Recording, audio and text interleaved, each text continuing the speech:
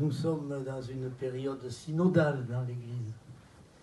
Il y a une première période qui vient de se passer à Rome, dans laquelle des femmes étaient là. C'était quelque chose d'étonnant, toute la presse l'a noté.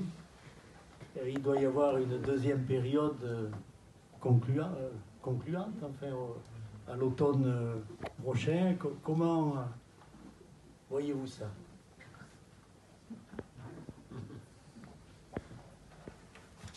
Tout d'abord, un tout petit peu de pub pour ceux qui n'ont pas peur de faire marcher la machine. Il y a un débat en visio le 27 novembre à 20h30 sur le site de Saint-Méry-Hors-les-Murs avec le jésuite Christophe Théobald, qui est un des experts français qui accompagnait les évêques français et qui va venir un peu nous dire comment il vit ça. Il vient de sortir d'ailleurs un livre. J'ai plus le titre exact, mais c'est le synode ou l'après-église, ou enfin je sais plus ou l'église d'après, plutôt l'église d'après. Bon. Donc ça, vous pouvez vous brancher sans aucune difficulté le jour même, le 27, sur le site Saint-Méry-Hors-les-Murs, débat, et vous avez le clic qui vous renvoie où il faut aller. Nous avons eu un débat au sein de Saint-Méry, Hors-les-Murs, pour savoir si ça valait le coup de s'intéresser à cette histoire de synode. Parce que j'ai eu beaucoup de personnes, moi j'y crois. Parce que marcher ensemble, ça me semble intéressant. Quand j'étais louveteau, j'étais scout, etc., marcher tout seul, c'est pas drôle. Marcher ensemble, c'est quand même moins difficile, souvent. Et puis j'y crois encore plus dans ces temps de tourmente. Quand il y a des voiles à souquer ferme, il vaut mieux être plusieurs à le faire. Mais j'ai des gens, et je les entendais très bien, des amis qui m'ont dit, écoute, une fois de plus, on va faire travailler les pseudo-laïcs. En plus, comme ils ont plus de 70 ans, on sait que dans 10-15 ans, il n'y a plus grand-chose à faire, etc. Et puis, c'est de toute façon les chefs qui vont décider. Bon. Il faut entendre ceci, que ce soit au sein de nos communautés ou que ce soit à l'extérieur, bien évidemment, parce qu'il y a eu pas mal d'échecs. Et finalement, nous avons décidé d'y participer. Donc, on a fait une dizaine de petits groupes et nous avons participé au cœur du diocèse de Paris en envoyant nos conclusions au diocèse de Paris. En même temps, on les a envoyés directement au service synode à Rome. Donc on y a travaillé. Et on a fait déjà deux grandes rencontres, alors en présentiel. Une première rencontre, c'était l'année dernière, à la fin de nos travaux, avec d'autres associations. Le MCC, le réseau des Parvis, la conférence des baptisés, la mission ouvrière, etc. Notre première rencontre, ça a été de célébrer la joie qu'on a eue de marcher ensemble. On n'a pas essayé de faire d'intellectuel pour dire nos conclusions, mais dire on a travaillé ensemble, ça n'a pas été toujours, mais on a été heureux. La deuxième rencontre, c'est celle qu'on a eue le 27 septembre dernier, c'est qu'est-ce que depuis un an, qu'est-ce que ça a déjà changé dans nos communautés, dans nos paroisses, dans nos mouvements, dans nos pratiques, etc. Je trouve intéressant. Alors, des petites choses, tiens, il y a eu des formations effectivement organisées. Tiens, des femmes ont été admises à pouvoir prendre la parole, etc. Bon.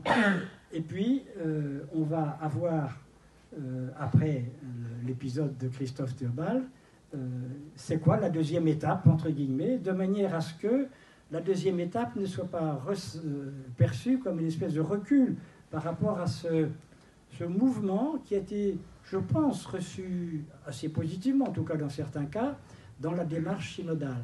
Mais attention à ce que plus on se rapproche du décisionnel, plus on risque de faire marche arrière toute sur la participation des laïcs, en particulier la participation décisionnelle de femmes, sur un certain nombre d'ouvertures de dossiers, sur la présence des personnes divorcées remariées, des prêtres ayant quitté la prêtrise, des personnes homosexuelles, etc. Ouvrir, non pas pour apporter nos solutions, mais pour dire il faut qu'on en parle. La société en parle, il n'y aurait que chez nous qu'on n'en parlerait pas. Et au nom de qui, au nom de quoi? Il me semble que Jésus il en a rencontré quelques prostituées ou quelques personnes qui étaient des vies un peu bizarres quand même. Bon, alors voilà. Nous, on a accueilli ça plutôt positivement, sans se faire d'illusions, là encore, c'est pour ça que je concluais sur le fait, posons des gestes. Il ne faut pas attendre forcément que des grandes directives, mais ce que l'on peut souhaiter, c'est qu'il n'y ait pas de fermeture par rapport à ces orientations nouvelles, et peut-être qu'il y ait même certains encouragements, comme le pape François l'a tenté très prudemment sur telle ou telle piste. Donc, pour moi, ce marcher ensemble, c'est une démarche humaine. Et puis, j'ai commencé ma petite intervention de ce soir par des marches. Les femmes de Bon Matin, les pèlerins d'Emmaüs, le père accueillant qui se met à marcher. Donc je crois qu'il y a là une réalité humaine et une réalité évangélique qui se retrouvent tout à fait. Donc sans du tout attendre des réformes extraordinaires, c'est un moment important d'où une certaine libération peut naître qui nous aide à poser des gestes, à prendre des initiatives. Merci. Une question? Alain? Oui, après. Oui, moi je veux bien risquer une question. Sur votre expérience à Saint-Méry, comment est-ce que vous vous y êtes pris? Comment est-ce que vous allez vous y prendre pour passer d'un lieu qui soit le lieu de convergence d'individualité, qui se retrouve un peu par hasard parce qu'ils viennent là, se sentant lépreux ou se sentant autre chose, à une communauté? Comment est-ce qu'on fait pour poser des gestes lorsqu'on se retrouve, allez, bon an, mal an, une fois par semaine, de 10 à 11 le dimanche?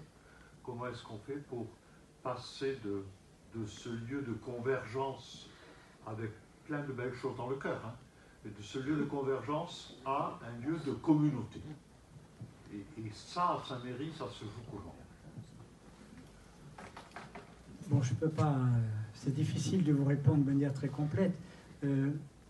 Un autre moment de communauté, par exemple, c'est celui de la préparation du partage eucharistique du dimanche. Dans la plupart de nos groupes, des paroisses ou autres, il y a des équipes liturgiques spécialisées, etc. Nous, et depuis l'origine, donc je ne suis pour rien, ça n'a jamais été ça. Tous les lundis, depuis 1975, la célébration est préparée à 19h, en présentiel, il faut souhaiter, aujourd'hui pour l'instant encore en Zoom, mais par qui veut. Parfois il y a 3 personnes, parfois il y en a 15, qui veut. Et en particulier pour des personnes de l'extérieur, venir, je dirais, gratuitement pour préparer. Il ne s'agit pas pour elles forcément de lire des textes ou d'intervenir ou de faire le sermon, etc. Mais de préparer, ça aide beaucoup à donner ensuite au partage ces dimensions communautaires qui a commencé, je dirais, depuis le lundi et qui va aboutir dans cette joie de cette célébration ensemble le dimanche. Ça nous semble important que cette liberté dans l'ouverture totale dans cette préparation. Alors, des fois, il faut gérer aussi certaines personnes. Parce que il y a des personnes qui ont du mal dans la vie et qui arrivent avec leurs souffrances et qui trouvent là un lieu d'accueil et donc il faut y être attentif. Tout ça pour dire qu'il ne s'agit pas d'aller les doigts dans le nez et les mains dans les poches. Hein. Ce que tu dis sur ces dimensions communautaires a toute une dimension d'exigence, d'attention personnelle ou d'attention aux personnes qui est très difficile, qui a sans doute manqué dans certaines des dernières années de Saint-Méry, y compris vis-à-vis des prêtres qui nous accompagnaient, du curé qui avait été nommé. Je pense qu'il y a eu là quelque chose.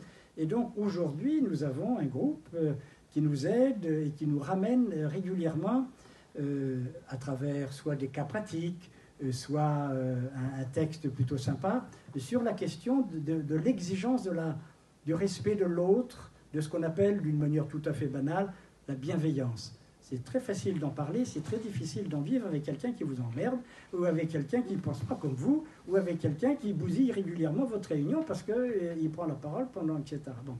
Donc, je ne vais pas dire qu'il y a des techniques, mais il y a des attentions à avoir. Donc ça, c'est un autre lieu où, alors je ne réponds pas sur le communautaire, mais indirectement si, puisque c'est l'attention à chaque personne pour que cette dimension communautaire soit aussi vraie que possible. Bon, et puis, alors ça c'est plus dans le passé, on n'a pas hésité souvent à faire la fête. on se réunissait ni pour le bon Dieu, ni pour un sujet particulier, mais parce qu'on allait passer une bonne soirée ensemble, y compris parfois dans l'église, on sortait des tables, on s'installait, etc. Bon. Voilà trois dimensions de cette construction communautaire. La grande tentation, le grand risque pour nous d'aujourd'hui, on le sent bien, c'est, ayant vécu cette épreuve, entre guillemets, de 2 ans, 3 ans bientôt, de nomadisme un peu quand même, un peu blessé, un peu douloureux, la tentation du repli sur nous-mêmes, la tentation, ça va être de se poser et de se retrouver bien entre soi. La raison pour laquelle, ce que nous cherchons avec le diocèse, c'est ce qu'on appelle un tiers-lieu. Non pas forcément une paroisse, non pas forcément une église, mais un lieu où d'autres activités puissent se faire, que l'on puisse également utiliser pour la célébration, bien évidemment, ou d'autres associations locales ou avec lesquelles nous travaillons. J'en ai cité tel ou tel à l'occasion de tel débat, où ces associations travaillent. Donc là, on sent bien qu'il y a un accent très, très, très spécifique à faire sur les 12 mois qui viennent pour éviter, comme en psychologie, ça ne s'appelle pas la dépression, mais je ne sais plus, quand on a vécu quelque chose de dur, il y a un truc où peut-être pour les mamans enceintes, ce qui s'est passé après l'accouchement parfois. Donc une communauté peut vivre ce genre de situation. Voilà. Donc je ne réponds pas, mais je donne ces 3 éléments qui sont des lieux où pour nous ce souci du vivre communautaire et pas simplement des bons moments passés ensemble, il essaye d'être présent. Mais c'est une des questions centrales pour les 12 mois qui viennent, ça c'est clair. Je crois que vous aviez une question. J'étais très attentif au fait que dans la conférence de Guy Orange, à un moment donné, vous avez prononcé un mot, celui de sacralisation. Le micro près de la bouche. Vous m'entendez? Le mot de sacralisation. Il me semble qu'il y aurait tout un travail à faire, parce qu'effectivement, toutes les religions du monde sacralisent. On peut inventer toutes les religions du monde. Il y a une seule chose qu'on ne peut pas inventer, c'est l'évangile. L'évangile de Jésus-Christ. Il faut mettre le micro près de la bouche. Non, ça marche, mais il faut que tu le mettes près de la bouche. Je ne suis pas habitué à ça. Donc, je disais que toutes les religions du monde sacralisent. Il y a, au fond, les hommes, tout le monde sacralise. Chacun d'entre nous sacralise quelque part. Mais une seule chose qu'on ne peut pas inventer, donc on ne peut pas sacraliser, c'est l'évangile. C'est l'évangile de Jésus-Christ. Parce que cet évangile nous déconcerte totalement. On ne peut pas inventer un Dieu tout-puissant qui se révèle impuissant au point de laisser son Fils unique, son envoyé, mourir sur une croix. C'était impensable. J'ai l'impression que, justement, toute la Bible désacralise, justement. De la première à la dernière page. C'est la plus grande entreprise de désacralisation. Je prendrai qu'un exemple. C'est celui du sabbat, le jour où Jésus accomplit des actes réprobateurs. Et c'est la raison pour laquelle il va être justement condamné et crucifié. Alors j'aimerais bien avoir un petit peu dans cette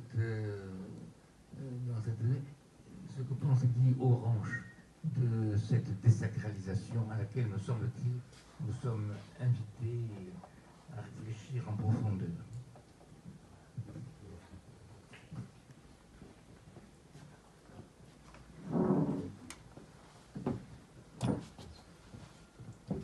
Inutile de dire que je n'ai aucune réponse à ton observation très juste, et j'ai effectivement cité, mais d'une manière très concrète, concernant le statut du prêtre. Mais il n'y a pas que ça qui soit sacralisé chez nous. Alors, peut-être deux petites choses qui me passent par la tête. la première chose, c'est lorsqu'on on met l'accent sur l'importance de cette désacralisation dans la manière d'être ou de répondre à l'appel de Dieu, manière personnelle ou manière communautaire, ecclésiale, on entend comme critique, y compris au sein de l'Église catholique d'aujourd'hui, mais l'Église n'a pas à se mettre au goût du monde ou n'a pas à copier les choses de la société d'aujourd'hui. Comme si l'appel, c'est ce que tu viens de dire, à l'attention, à la désacralisation, c'était une revendication de la société d'aujourd'hui. Alors, je l'ai dit sur le caractère de déchristianisation, de désaffiliation, ça c'est une évidence, mais la société retombe, parce qu'elle vit une période de peur, elle retombe dans cette quête de sacralisation, et c'est vrai pour la société catholique, ou peut-être les sociétés chrétiennes, ou les communautés chrétiennes en général. Donc il faut bien le recontextualiser dans notre monde d'aujourd'hui. Oui, notre société d'aujourd'hui nous interpelle sur cette notion de sacralisation, et en même temps, elle nous y pousse parce qu'elle vit dans un climat de crainte, etc. Deuxièmement, c'est une démarche extrêmement difficile parce qu'elle met immanquablement en cause le pouvoir. Et dès que vous touchez au pouvoir, et c'est vrai pour moi, comme qui est un micro, j'ai du pouvoir, dès que vous commencez à vous interroger ou interroger d'autres sur la manière dont il se sert de son pouvoir, là, c'est terrible. Et j'en ai fait l'expérience à travers toute la démarche des droits de l'homme, etc. Les droits de l'homme ne sont pas là du tout pour détruire le pouvoir, etc., mais pour redire au pouvoir ses limites et voir positivement le service auquel il est appelé et qui lui interdit de torturer, de ceci, de cela, etc. Et donc ça, c'est extrêmement délicat de toucher à cette question de sacralisation parce qu'on touche à la question du pouvoir. Et puis, je termine là-dessus, on touche à des choses qui vont s'appeler, entre guillemets, le trésor de l'Église. Moi, j'étais très intéressé, j'ai participé à une conférence avec André Dauchez, qui est un théologien et historien de l'Église, qui a dit, mais c'était à propos du caractère systémique, on parlait du systémique à la suite du rapport de la SIAZ, etc. Il dit, mais un des problèmes pour l'Église, c'est qu'elle est tombée dans le systémique.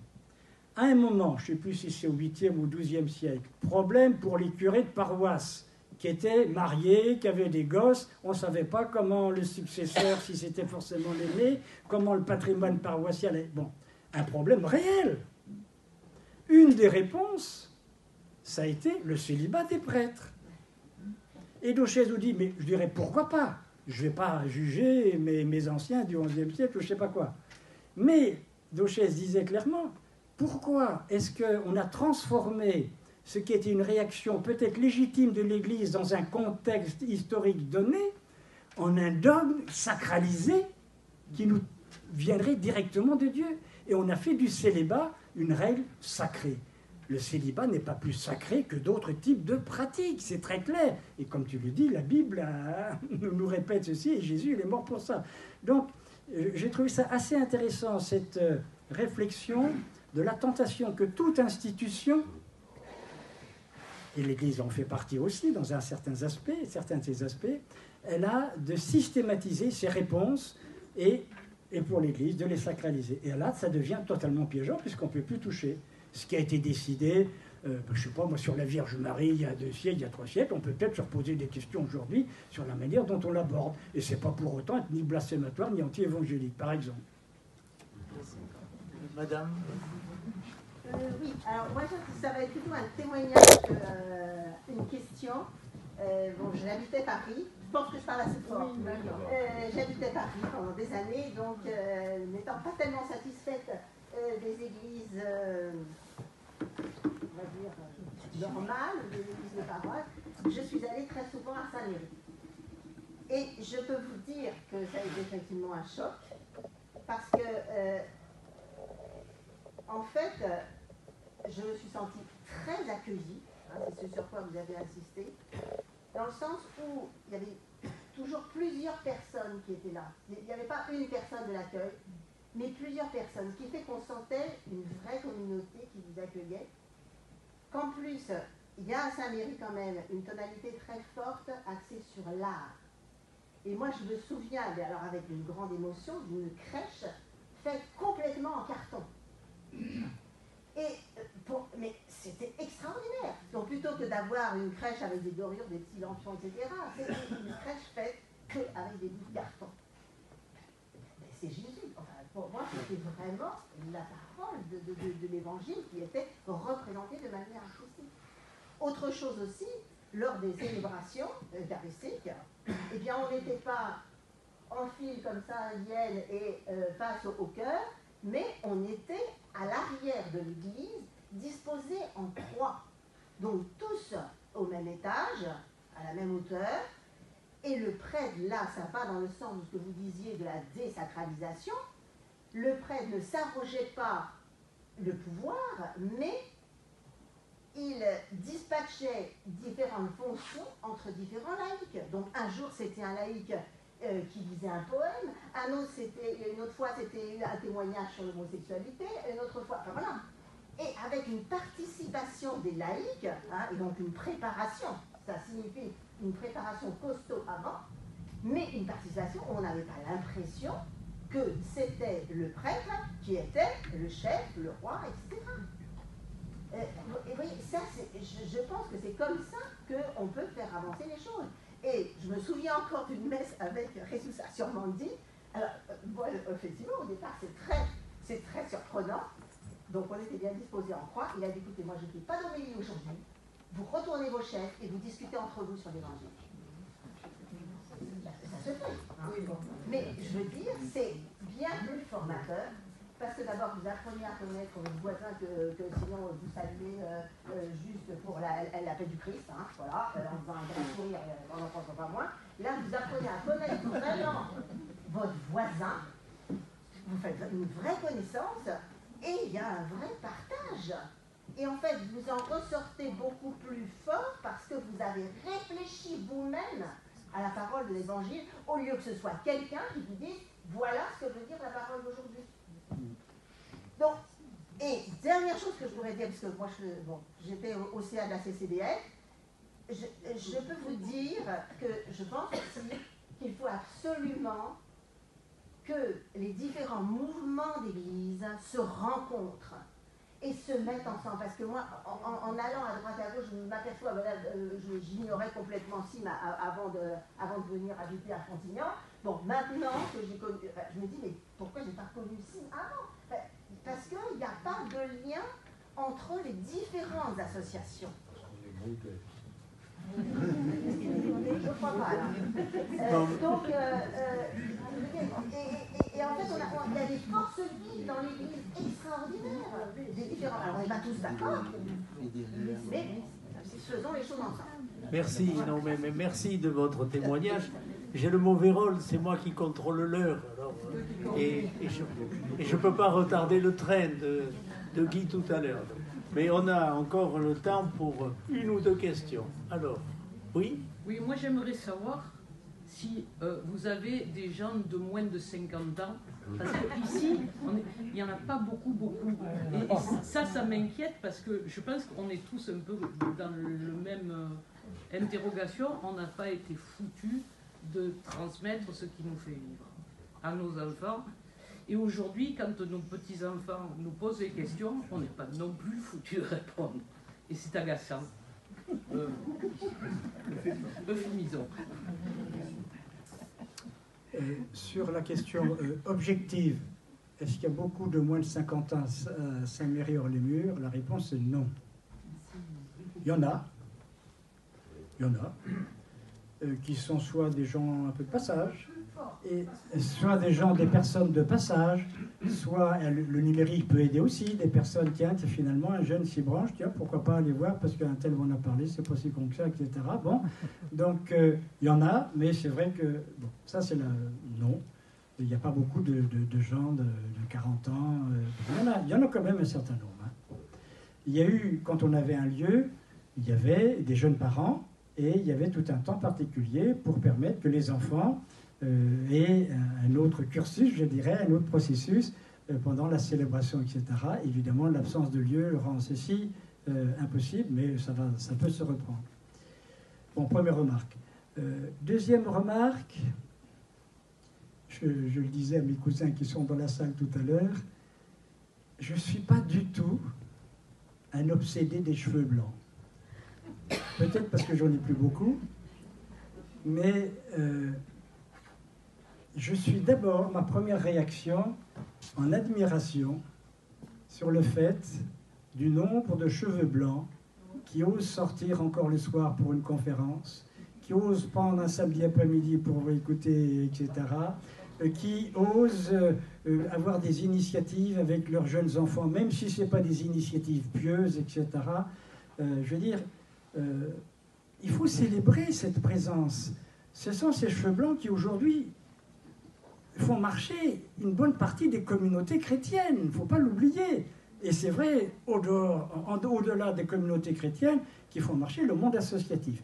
Donc, ça me semble important. Je le reçois comme un cadeau, et non pas forcément comme une malédiction.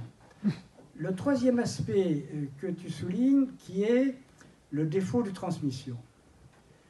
Alors, je l'éprouve comme toi. Dans nos 3 enfants, premier ménage, marié civilement, religieusement, 3 enfants qui vont au scout et tout le Bataclan, etc. Deuxième enfant, marié civilement, non religieusement. Il faut dire que son épouse avait vécu un drame qui était que 3-4 années avant leur mariage, son papa s'était suicidé. La maman du papa avait demandé des obsèques, car elle était très catholique, et que l'Église catholique lui a refusé des obsèques pour son fils suicide. Inutile de vous dire que la fille, c'était fini. Donc, eux et les filles ne mettent pas les pieds à l'Église. Et puis, troisième, marié ni civilement ni religieusement, 2 petites filles très mignonnes, etc., qui n'hésitent pas à nous dire « Ah ben tiens, tu as parlé de Jésus, raconte-moi telle histoire », parce que de temps en temps, il y a mon épouse étant bibliothécaire, il y a des petits livres qui traînent et que quand ils viennent nous voir. Donc, oui, je peux lire ça à travers le verre à moitié vide ou le verre à moitié plein.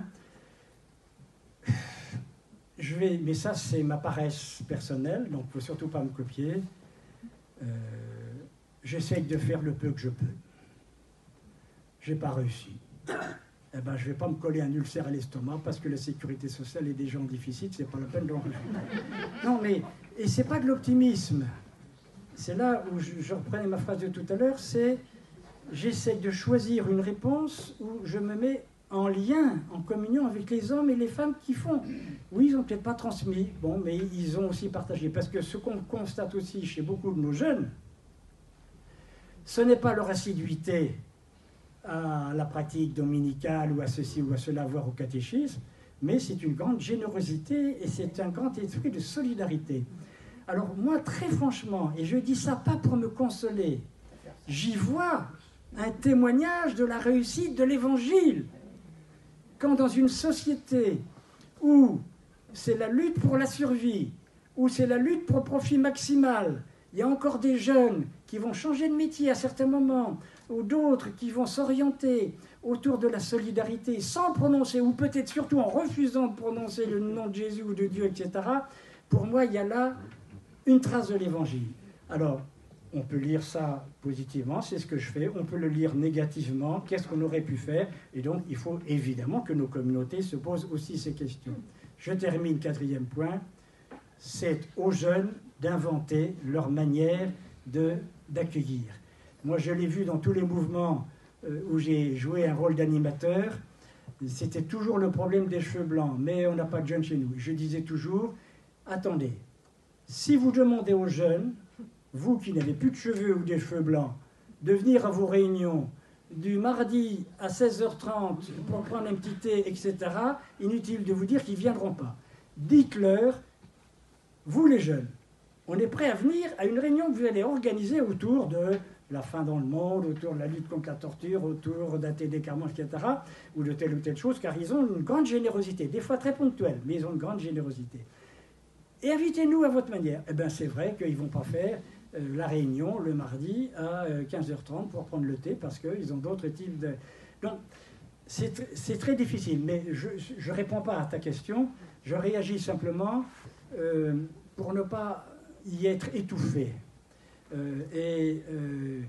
Quand je rencontrais au CCFD, une des missions du président du CCFD, c'est de rencontrer les évêques de France, parce que comme le CCFD, c'est des emmerdeurs par rapport à l'Église, etc., moi j'avais fait le choix d'aller rencontrer personnellement les 97 évêques que je pouvais rencontrer, je les ai rencontrés. Et souvent, je leur posais ces questions, et ils me disaient, mais il n'y a pas de jeunes. Je lui ai dit, écoutez, vous les avez invités à faire quoi? À participer à la messe.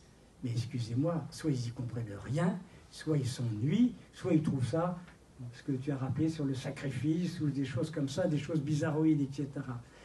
Est-ce que vous leur avez proposé d'inventer eux-mêmes des formes de présence, des formes de louange? Et puis alors là, il y a une chose que tu soulignes, c'est la dimension, je termine, je suis trop bavard, la dimension de l'art. Utilisons avec les plus jeunes la dimension artistique, que ce soit la musique, la peinture, la poésie. Nous sommes, moi je parle pour moi, beaucoup trop des intellos, cathos, laissons les artistes nous aider à dire cet ailleurs qu'ils essayent d'exprimer dans leur démarche artistique. Et ça, je crois que là-dessus, il y a effectivement, Saint-Méry a mis le paquet, en particulier sur l'art contemporain. C'est pas toujours, je ne suis pas un aficionado de l'art contemporain forcément, mais il y a toujours cette recherche de qu'est-ce qu'ils veulent nous dire. Ils nous disent quelque chose qui les dépasse. Donc ce n'est pas une réponse, c'est des réactions que je vous partage comme ça.